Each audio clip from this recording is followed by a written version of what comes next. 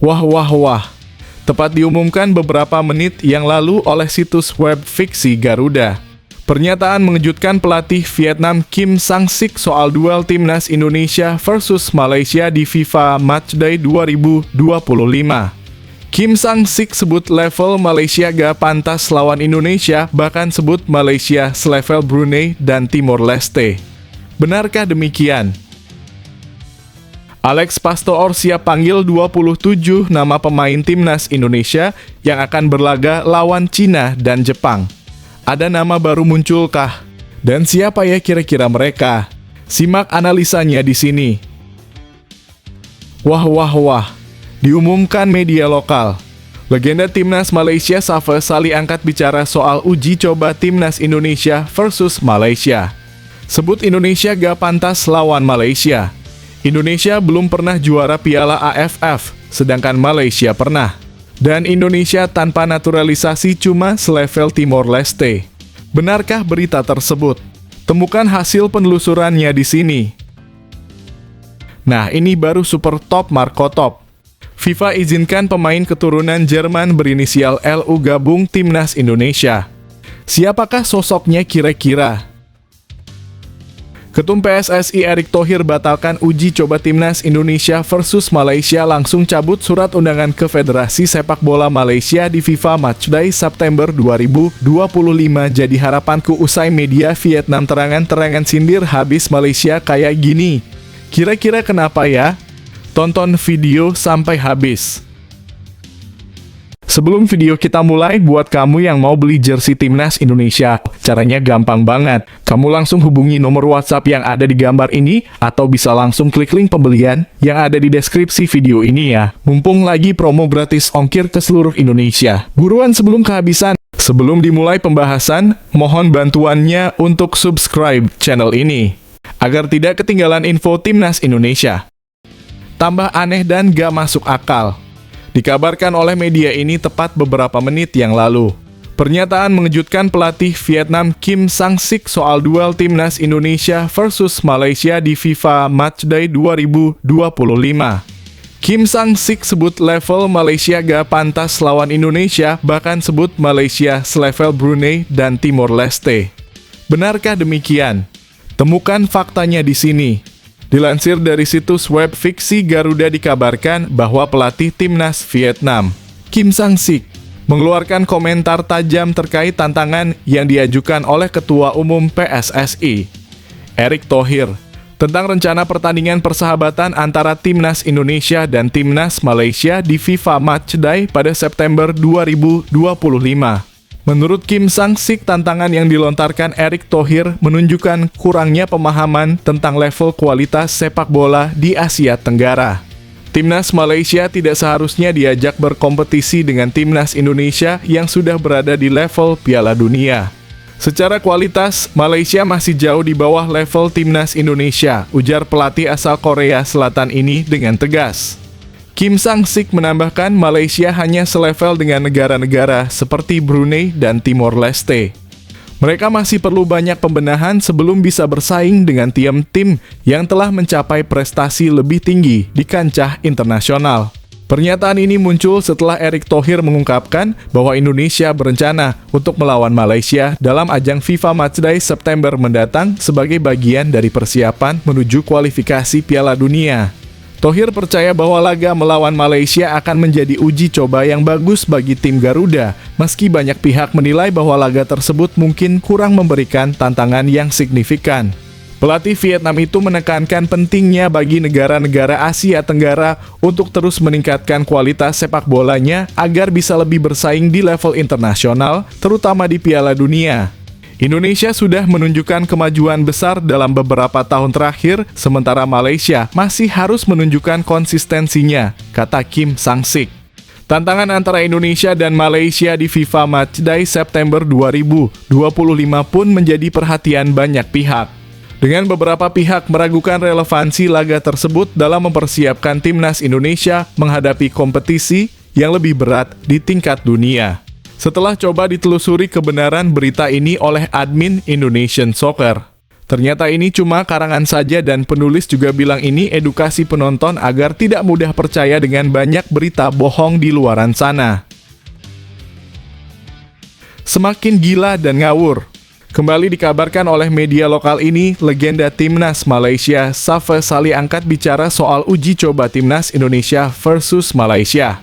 Sebut Indonesia gak pantas lawan Malaysia. Indonesia belum pernah juara Piala AFF, sedangkan Malaysia pernah. Dan Indonesia tanpa naturalisasi cuma selevel Timor Leste. Benarkah berita tersebut? Temukan hasil penelusurannya di sini. Kembali dilansir dari situs web fiksi, Garuda mengabarkan bahwa agenda Timnas Malaysia, Safa Salih, memberikan komentar tajam terkait rencana uji coba yang melibatkan Timnas Indonesia dan Timnas Malaysia di FIFA Matchday pada September 2025. Menurut Safa, Indonesia seharusnya tidak terlalu bangga dengan status mereka saat ini, karena menurutnya Timnas Indonesia masih jauh di bawah Malaysia dalam hal kualitas sepak bola. Timnas Indonesia itu jauh di bawah Malaysia. Mereka bahkan belum pernah juara Piala AFF, sementara Malaysia sudah punya rekam jejak yang lebih baik di turnamen tersebut. Indonesia bisa saja terlihat bagus, tapi itu karena banyak pemain naturalisasi yang dibina di Belanda.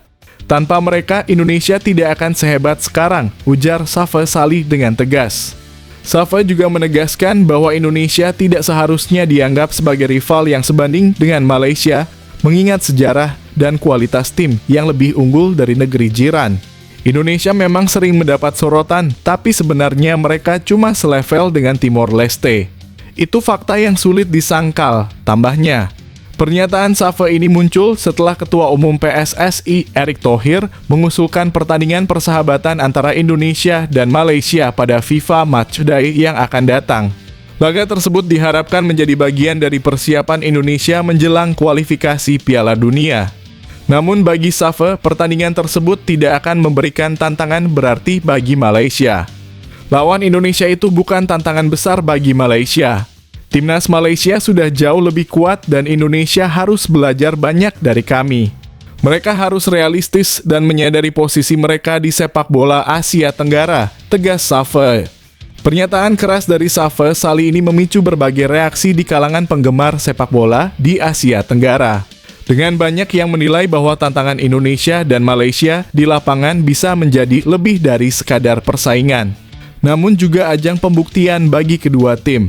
Setelah kembali ditelusuri, ternyata ini cuma karangan biasa dan penulis sudah memberikan disclaimer, artinya jika ada channel YouTube lain yang juga membahas ini, dipastikan kabar itu tidak benar. Presiden FIFA Gianni Infantino izinkan Timnas Indonesia proses naturalisasi pemain keturunan Jerman berinisial LU gabung skuad lawan Cina dan Jepang di kualifikasi Piala Dunia 2026. Jadi harapanku usai statistik terbarunya bikin fans Garuda super bahagia. Siapakah dia? Simak sampai selesai. Laurin Ulrich menunjukkan performa yang sangat impresif bersama Stuttgart II di musim ini, mencatatkan rekor pribadi yang mengesankan. Pemain keturunan Indonesia ini berhasil tampil menonjol di kompetisi kasta ketiga Jerman 3 Football Liga dan mencatatkan 1.412 menit pertandingan di musim ini, yang menjadi rekor pribadi bagi dirinya. Sebagai gelandang serang, Ulrich bermain penuh 90 menit pada hampir seluruh laga kecuali 2 pertandingan. Dalam pertandingan melawan Dynamo Dresden pada 8 Februari 2025, ia bermain selama 73 menit dan saat melawan Hannover 96 II, ia bermain 79 menit. Dalam laga terbaru Stuttgart II melawan Alemania, Ulrich bermain penuh 90 menit dan membantu tim meraih kemenangan 2-1. Ini melanjutkan tren positifnya sejak awal tahun, di mana ia selalu mendapat kesempatan untuk bermain penuh 90 menit. Musim ini hanya 2 kali Ulrich tidak bermain penuh, yang menunjukkan kepercayaan pelatih Markus Fiedler padanya. Ulrich juga mencatatkan 1.535 menit di musim lalu saat bermain di Regionalliga 2 bersama Stuttgart II dengan kontribusi 3 gol dan 10 assist. Hal ini semakin memperkuat statusnya sebagai pemain muda yang tengah berkembang. Pada musim sebelumnya, Ulrich memang tidak terlalu disorot, bahkan sempat dianggap tidak memiliki peluang besar untuk bersinar di Stuttgart seperti yang diulas oleh media Jerman, Bild, pada Mei 2024. Namun ternyata perjalanan karier Ulrich mengalami peningkatan yang sangat signifikan. Dengan talenta luar biasa yang dimilikinya, Ulrich menarik perhatian Bayern Munich sejak 2022. Pemandu bakat Bayern terkesan dengan kemampuan teknis Ulrich, terutama saat ia tampil gemilang di Bundesliga U17 dengan mencetak 13 gol dari 18 pertandingan. Media Jerman bahkan menyebutkan bahwa gaya permainan Ulrich mirip dengan pemain Arsenal, Kai Havertz, yang memiliki karakter bermain yang sangat mengesankan.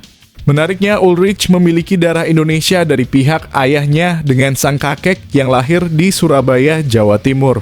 Selain tampil apik di Stuttgart II, ia juga sudah mengemas beberapa caps bersama tim junior Jerman, termasuk 4 gol dari 15 pertandingan di tim U17. Di tim U19 dan U18 Jerman, ia juga sudah mencetak masing-masing 1 gol. Karier sepak bolanya dimulai di Akademi TSG Natheim Jugend sebelum melanjutkan pendidikannya di Akademi Stuttgart. Pada 2024, ia sempat dipinjamkan ke SSVULM 1846, namun Stuttgart memanggilnya kembali dan sejak saat itu, ia menjadi andalan di tim II Stuttgart. Gaya permainan Ulrich yang cepat, dengan visi bermain yang luar biasa dan insting gol yang tajam, membuatnya menjadi pemain yang sangat menarik untuk diperhatikan, baik di level klub maupun tim nasional. Apakah Ulrich akan menjadi bagian dari timnas Indonesia di masa depan? Mari kita tunggu perkembangan selanjutnya. Apa pendapat kalian tentang Laurin Ulrich dan potensi karier internasionalnya? Tulis komentar kalian di bawah. Ketum PSSI Erick Thohir batalkan uji coba timnas Indonesia versus Malaysia, langsung cabut surat undangan ke Federasi Sepak Bola Malaysia di FIFA Matchday September 2025. Jadi harapanku usai media Vietnam terangan sindir habis Malaysia kayak gini. Kira-kira kenapa ya? Tonton video sampai habis. Media Vietnam dan Tri baru-baru ini melontarkan sindiran pedas kepada Malaysia yang berencana menantang timnas Indonesia pada September 2025. Menurut mereka, Malaysia seharusnya lebih fokus untuk mengalahkan timnas Vietnam terlebih dahulu sebelum berpikir untuk melawan timnas Indonesia. Sindiran ini muncul karena timnas Indonesia kini sudah dianggap sebagai tim yang sangat tangguh, bahkan masih memiliki peluang untuk lolos ke Piala Dunia 2026. Indonesia sendiri dikabarkan akan mengadakan turnamen mini pada periode FIFA Matchday September 2025 yang rencananya akan melibatkan Malaysia dan Lebanon. Laporan yang beredar menyebutkan bahwa PSSI telah mengirimkan surat undangan kepada Federasi Sepak Bola Malaysia dan Lebanon. Meski demikian, kabar tersebut belum bisa dipastikan kebenarannya karena belum ada konfirmasi resmi. Mendengar kabar tersebut, media Vietnam dan Tri tak tahan untuk melontarkan sindiran kepada Malaysia. Mereka berpendapat bahwa Malaysia belum pantas menantang timnas Indonesia yang kini berada di jalur yang lebih superior. Dan Tri bahkan menilai Malaysia sebaiknya membuktikan diri terlebih dahulu dengan mengalahkan timnas Vietnam sebelum berbicara soal Indonesia. Jangan terburu-buru menantang Indonesia. Buktikan dulu bisa mengalahkan kami, sindir media Vietnam dan Tri. Malaysia jangan terlalu percaya diri. Mereka bahkan belum tentu bisa melewati kami di kualifikasi, tambah dan Tri dengan nada penuh tantangan. Nah, bagaimana menurut Anda pembaca? Apakah Malaysia benar-benar siap menghadapi timnas Indonesia atau mereka sebaiknya membuktikan diri melawan Vietnam dulu? Kami tunggu komentar Anda. Yes, alhamdulillah ini benar-benar kabar gembira. Legenda sepak bola dunia asal Brasil Ronaldinho belak-belakan soal rahasia besar ini terkait pelatih timnas Indonesia Patrick Kluivert. Apa yang sebenarnya terjadi? Baru-baru ini legenda sepak bola Brasil Ronaldinho Gaucho memberikan pujian tinggi kepada pelatih tim nasional Indonesia Patrick Kluivert. Menurut Ronaldinho, Kluivert adalah salah satu pemain terhebat yang pernah ia saksikan di dunia sepak bola. Pujian itu terungkap melalui mantan asisten pelatih Barcelona, Henk ten Cate. Tencate yang bekerja sebagai asisten pelatih Barcelona pada periode 2003 hingga 2006 mengungkapkan bahwa saat Ronaldinho bergabung dengan Barcelona pada Juli 2003, dia langsung terkesan dengan kualitas Kluivert. Di saat itu Barcelona dihuni oleh pemain-pemain bintang seperti Ronaldinho, Kluivert, dan Edgar Davids. Namun meski baru bergabung, Ronaldinho sudah mengagumi kemampuan Kluivert. Menurut Tencate, Ronaldinho pernah mengungkapkan sebuah pujian luar biasa tentang Kluivert. Dia dalam kurung Ronaldinho berkata kepada saya, Kluivert adalah pemain terbaik yang pernah bermain dengan saya, ungkap Tencate seperti yang dikutip dari Football Primeur pada Kamis dalam kurung 8 Mei 2025. Saya tidak ingin mengatakan itu karena saya selalu takut akan disalahartikan, tetapi dia dalam kurung Ronaldinho benar-benar mengatakannya kepada saya. Dia berkata pelatih dia dalam kurung Patrick Kluivert sangat hebat, tambah Tencate. Pujian ini tentu menjadi bukti betapa besar pengaruh Patrick Kluivert di dunia sepak bola, bahkan dari pandangan salah satu pemain terbaik sepanjang masa. Lalu apa pendapat Anda tentang Kluivert yang kini melatih timnas Indonesia? Apakah Anda setuju dengan pujian dari Ronaldinho? Kami tunggu pendapat dan komentar Anda. Yang ditunggu-tunggu publik tanah air, Alex Pastor siap panggil 27 pemain timnas Indonesia untuk lawan Cina dan Jepang di kualifikasi Piala Dunia 2026. Kira-kira siapa saja ya mereka? Apakah ada nama baru? Temukan ulasan lengkapnya di sini. Patrick Kluivert dan Alex Pastor dikabarkan masih mengandalkan 27 nama yang pernah dipanggil untuk laga timnas Indonesia melawan Australia dan Bahrain pada Maret 2025. Pemain-pemain yang masuk dalam daftar ini memang layak untuk kembali dipilih mengingat penampilan mereka yang cukup impresif baik di level klub maupun tim nasional. Namun meskipun ada beberapa pemain yang tengah dilanda cedera, kabarnya mereka akan segera pulih. Pemain-pemain seperti Kevin Dix, Dean James, Sahaina Patinama, dan Ragnar Orotmangoen masih berada dalam proses pemulihan. Meski begitu, menurut kabar yang beredar, dalam waktu dekat mereka diprediksi akan kembali fit. Dean James bahkan sudah mulai berlatih bersama klubnya, sementara Kevin Dix diperkirakan bisa pulih akhir bulan ini. Dengan sisa waktu yang ada, mereka memiliki peluang besar untuk siap bergabung dalam pemusatan latihan timnas Indonesia. 1. Pemain timnas Indonesia yang cedera disinyalir segera pulih. Muncul pertanyaan, bukankah beberapa pemain timnas Indonesia tengah cedera? Benar, namun diperkirakan mereka akan segera pulih. Dean James sudah kembali berlatih dan Kevin Dix diperkirakan pulih pada akhir bulan ini. Mumpung masih ada waktu, mereka memiliki kesempatan untuk kembali memperkuat timnas Indonesia. 2. Asnawi Mangkualam comeback. Setelah Piala AFF 2024, Asnawi Mangkualam tidak lagi memperkuat timnas Indonesia. Namun ada indikasi kuat bahwa mantan kapten timnas Indonesia ini bisa kembali dipanggil oleh Patrick Kluivert. Salah satu indikatornya adalah Asnawi tidak dilepas oleh klubnya Port FC untuk memperkuat ASEAN All Stars melawan Manchester United pada 28 Mei 2025. Port FC hanya melepas 2 pemainnya untuk laga tersebut, yakni Irfan Fandi dan Woracit Kanitsribumphan. Hal ini menunjukkan bahwa Asnawi kemungkinan besar akan kembali dipanggil untuk memperkuat timnas Indonesia dalam persiapan melawan Cina dan Jepang. Dengan pemusatan latihan yang sudah dimulai di Bali pada 26 Mei 2025. Berikut adalah daftar sementara pemain timnas Indonesia yang disinyalir akan dipanggil: kiper Maarten Paes, Emil Audero, Hernando Ari, Nadeo Argawinata. Back J. Idzes, Mas Hilgers, Rizky Ridho, Asnawi Mangkualam, Justin Hubner, Calvin Verdong, Dean James, Sandy Walsh, Kevin Dix, Pratama Arhan. Gelandang Ivar Jenner, Tom Haye, Nathan Chu Aon, Marcelino Ferdinand, Ricky Kambuaya, Joey Pelupes. Depan Jakob Sayuri, Liano Reinders, Ragnar Orotmangoen, Rafael Struijk, Ole Romeni, Egy Maulana Fikri, Ramadan Sananta. Bagaimana menurut Anda? Apakah Asnawi Mangkualam layak kembali memperkuat timnas Indonesia atau ada pemain lain yang lebih pantas mendapat kesempatan? Kami tunggu komentar Anda. Ini baru mental kelas Eropa. Tepat dini hari tadi, Setelah disambangi pelatih kiper Timnas Indonesia, Chrus Margono kirim bukti nyata kepada Timnas Indonesia.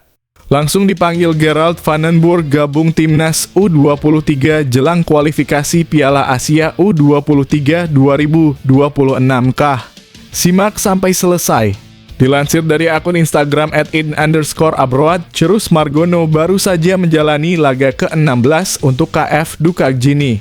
Dalam pertandingan tersebut, Margono bermain penuh selama 90 menit dan mencatatkan 4 penyelamatan saat KF Dukakjini bermain imbang 0-0 melawan FC Pristina dalam lanjutan Liga Super Kosovo. Dengan hasil ini, KF Dukakjini tetap berada di posisi ke-7 klasemen sementara. Ini juga menjadi clean sheet kelima bagi Margono di musim ini. Seperti yang diketahui, Margono semakin mencuri perhatian setelah pelatih kiper Timnas Indonesia, Stuart Woudenberg, bertemu langsung dengan sang kiper kelahiran New York, Amerika Serikat. Dalam unggahan Instagramnya, Woudenberg mengungkapkan, sebagai pelatih kiper, itu adalah tugas saya untuk memantau setiap kemungkinan untuk Timnas Indonesia dan PSSI. Hari ini, saya menjalani sesi yang sangat baik dengan Chrus Margono. Mari lihat apa yang akan terjadi di masa depan. Tulisnya, dengan performa solidnya di Liga Super Kosovo, apakah Chrus Margono akan menjadi bagian dari Timnas Indonesia?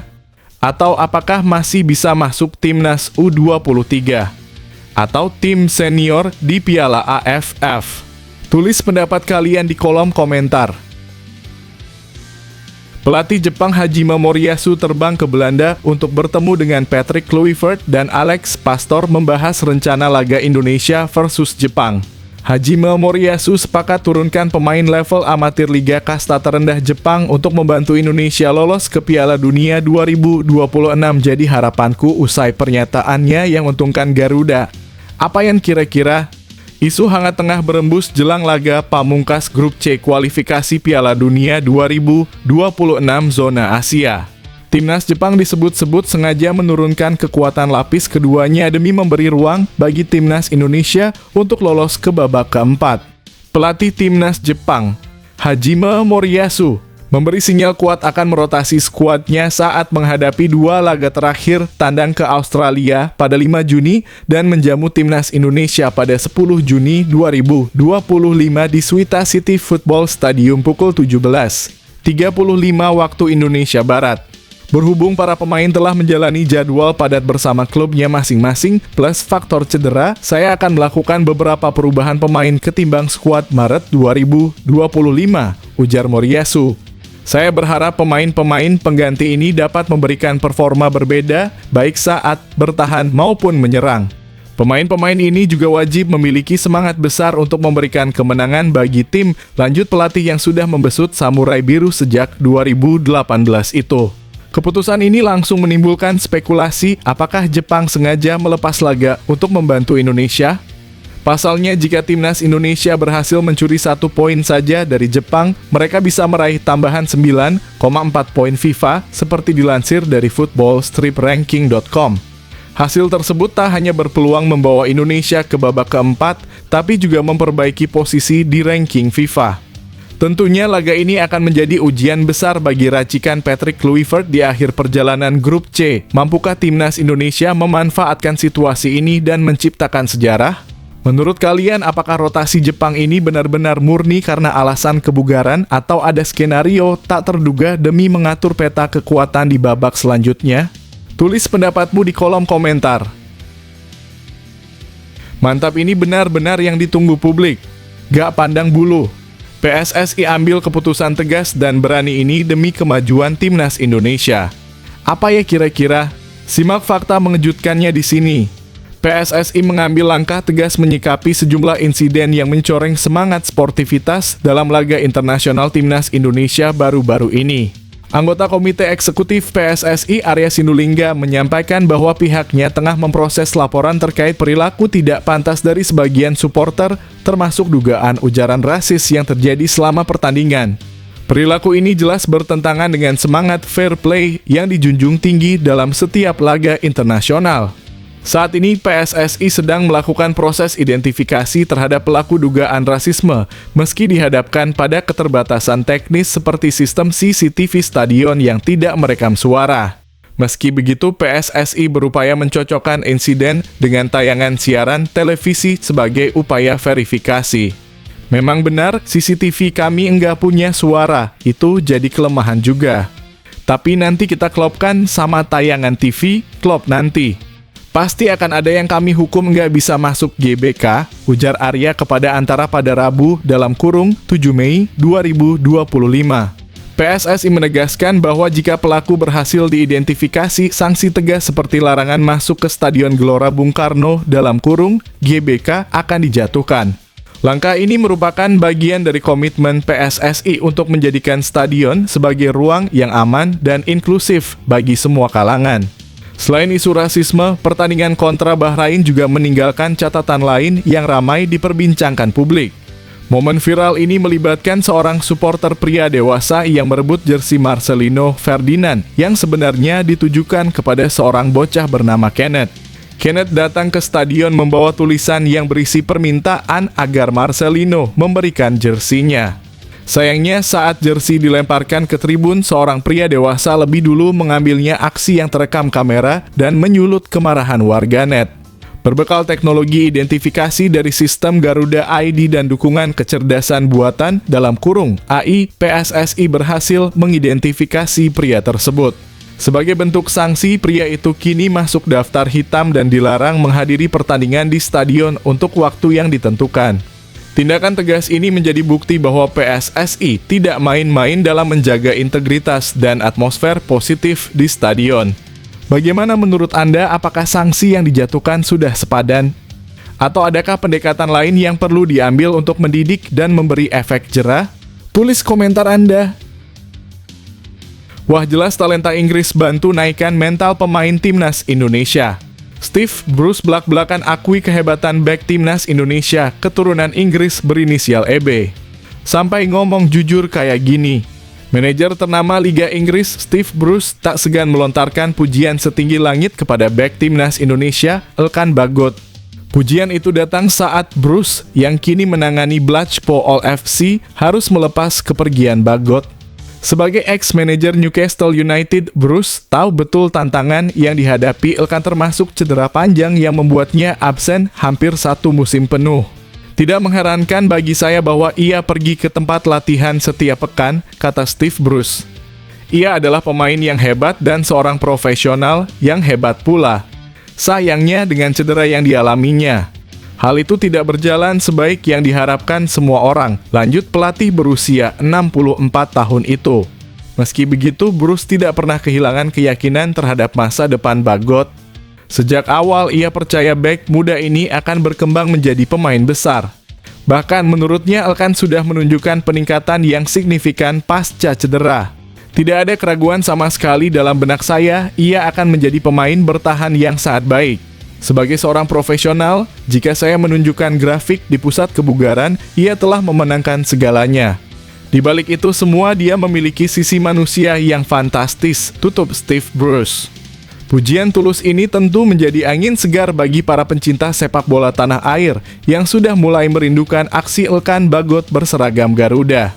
Dengan semangat dan disiplin yang terus dijaga, bukan tidak mungkin kita akan kembali melihat Bagot berdiri kokoh di lini belakang timnas Indonesia dalam waktu dekat. Bagaimana menurut kalian, apakah Elkan Bagot pantas kembali jadi starter utama di timnas setelah pulih sepenuhnya? Tulis pendapatmu di kolom komentar.